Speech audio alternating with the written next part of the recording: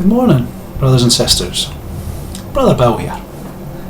Now, today's sermon is going to be part book review, part political commentary, and part attack on a cowardly, despicable patriarchy who've got absolutely no place in the modern world. I'm reading a wonderful book just now. It's a charming and satirical. It's a framed narrative that uses magical realism to explore the many interconnected strands of faith and belief, of race and culture, of human sexuality, and the complex relationship between India and Britain. Now, the author was once a British copywriter, and he supplied some of the more memorable advertising slogans from my youth, which is how I got to hear about him in the first place.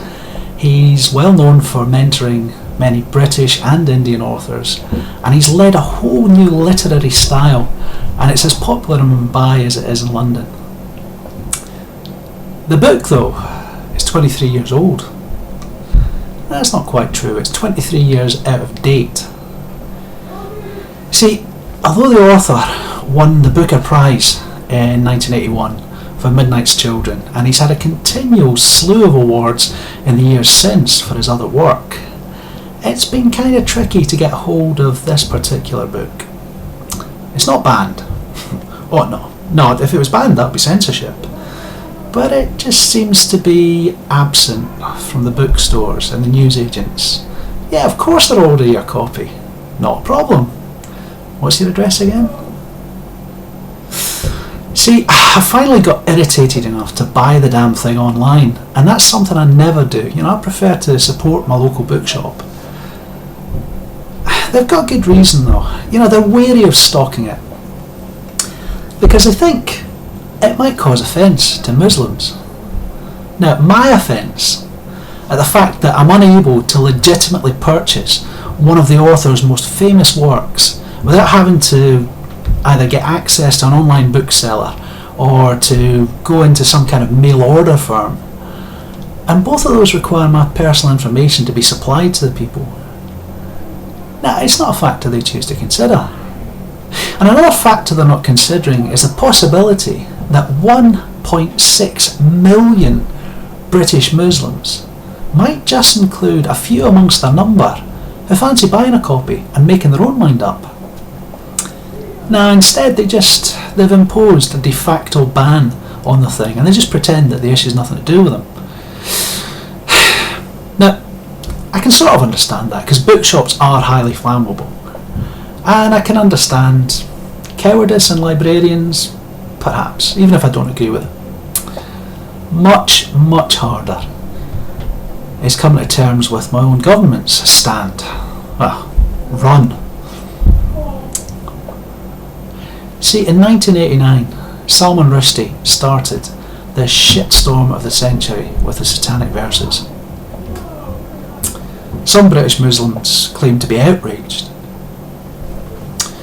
The reason being, the book repeats the claims made by Islamic historians, particularly Al-Waqidi and Al-Tabari, if you can Google them if you're not familiar with them. They made a claim that the Quran once included verses that were dedicated to three pagan goddesses, Manat, Uzza and Alat. Now, the claims are a matter of historical fact, and it's well known in academia. And even if Salman, now Sir Salman,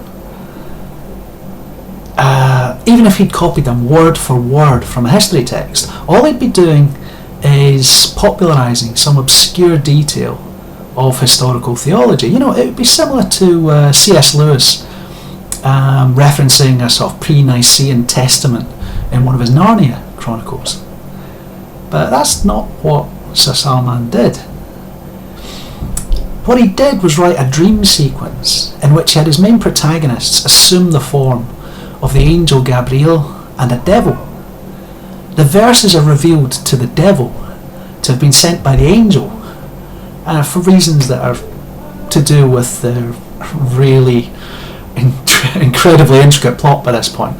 But to simplify it, it's a self-professed lie It's part of an elaborate dream in which the devil and the angel get up to all sorts of improbable adventures, and it's all set against the muddled view that the real protagonists, again two fictional characters, it's all to do with their muddled view of their childhood religion. Now, I do think that British Muslims overreacted. They boycotted bookstores and they made it very hard to get a hold of a copy of the book, which is bad enough. You know, at the time, Sir Salman had no other source of income beyond writing. This could have ruined him. But that was only the start. By the 14th of February in 1989, the Ayatollah Ruhollah Khomeini, you might know this guy, the Iranian leader, he'd issued a fatwa, a call for Sir Salman's assassination. So you've got a religious nutter in a country that Salman's never been to, calling for the murder of a British citizen. Well, you can imagine the British reaction, obviously. It was a swift and courageous condemnation of the author. Oh yeah. See, Norman Tebbit, the Conservative Party's hard man, the chairman of the party, publicly denounced Sir Salman in scathing and borderline racist terms. The Labour Party were worse. The Labour member for Parliament, Keith Vaz, the Leicester MP, he's well known in Britain, he led a protest march about him through the centre of Leicester. The slimy, cowardly bastards. So Salman was taken into protective custody, and he lived as a fugitive for a number of years. You've maybe heard Christopher Hitchens talking about those years. He was absolutely living in fear for his and his family's lives. Now that fatwa still stands to this day, but Sir Salman, he got tired of running. So he's living out in the open today. Now he lives in the United States. He lives in the United States where shameful attacks on his person and his character, like the ones that he suffered in Britain, are a lot less likely. A few others haven't been quite so fortunate. Hitoshi Igarashi, as a Japanese translator, was stabbed to death over this. Ettore Caprioli survived a stabbing attempt in Italy. William Nygaard survived a shooting attempt in Norway.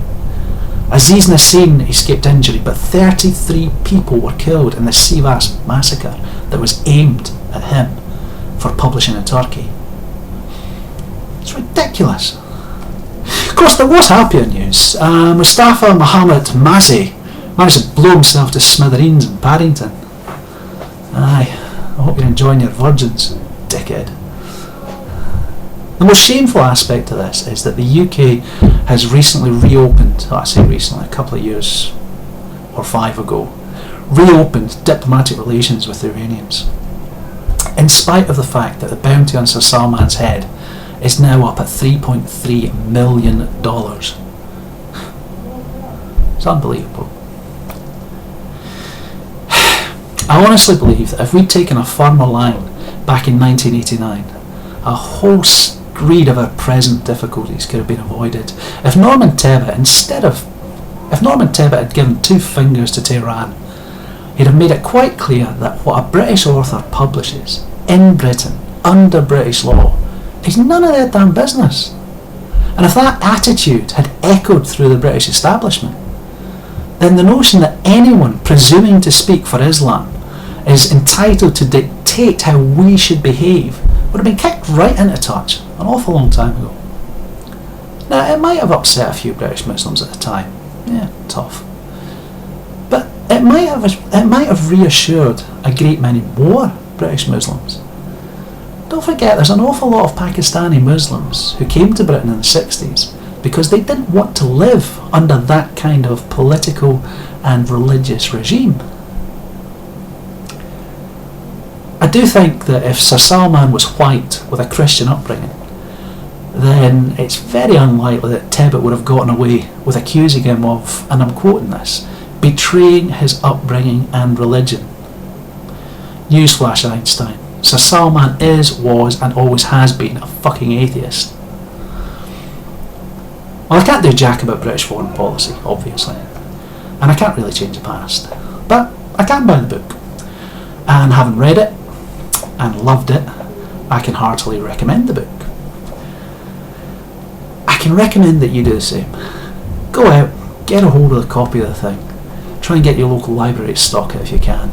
Not because it's a great read, it is, it's a cracking book, but the longer it stays on sale, the more those fuckers are going to get the message that we don't care what they think. Okay, here endeth the sermon. The Satanic Verses is on sale at all good bookstores, if you harangue them enough to actually stock it, and you can get it online, Amazon or wherever. You know what makes sense, people? Know what I'm saying?